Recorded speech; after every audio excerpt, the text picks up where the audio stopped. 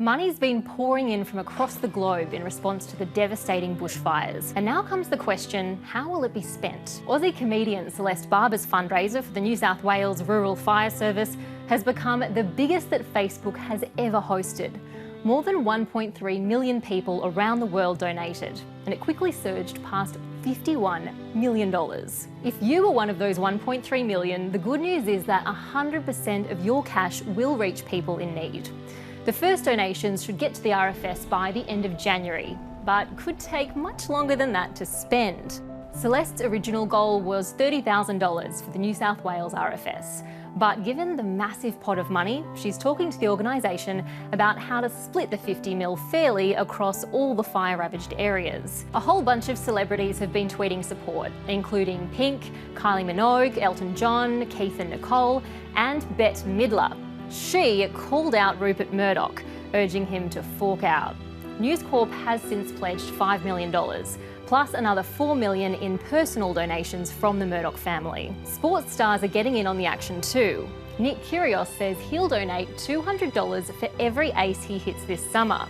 And other tennis stars have followed suit. Shane Warne donated his baggy green cap for auction and raised over $1 million after the Commonwealth Bank stumped up. Donations have been flowing in from businesses and major corporations as well, like BHP, Westpac, Crown, Tabcorp and Qantas. And money's set to keep rolling in from fundraising events like Firefight Australia, a concert that's going to be hosted by none other than our unexpected charity queen, Celeste Barber. So far, the Red Cross has raised $60 million. $15 million of that will be distributed as $5,000 cash grants to people who've lost everything. The charity's running relief centres and providing mental health support, and they'll be helping rebuild once the fires are out too. This is very much a marathon, not a sprint, but the funds so generously donated now will take some time to allocate and spend. The Red Cross has skin in the game, saying it'll draw on its experience from the 2009 Black Saturday bushfires and be there for communities for at least the next 3 years, but its plans are still evolving. What we've probably not seen before is this number of disasters happening simultaneously across the country and for such a protracted period of time. The Salvation Army and St Vincent de Paul have also raised more than $5 million, and they're providing food and water to affected communities and evacuation centres. They'll also hand over cash for unexpected bills and help people move into crisis accommodation. Mining magnate Andrew Twiggy Forrest has donated $70 million through his Minderoo Foundation, along with details on how exactly that money will be spent. $10 million of that is going to the Red Cross and Salvation Army, and another $10 mil will go towards builders, first aiders, tradesmen and project managers for the cleanup, as well as new temporary accommodation buildings.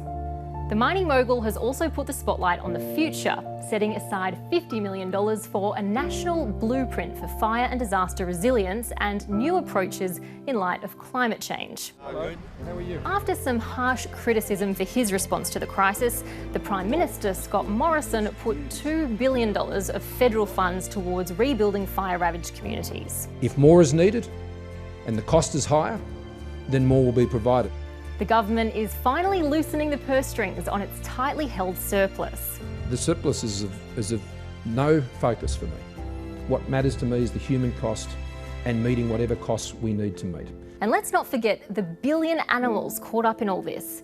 $50 million of the government's funds will go towards helping wildlife recover. All up, somewhere between $2 and $3 billion has been promised by government assistance, but People Power has raised between $150 and $200 million for bushfire relief. Exactly where every cent of this donated money is heading remains to be seen. But one thing is for sure, it's going to be a long road ahead for people who've lost everything.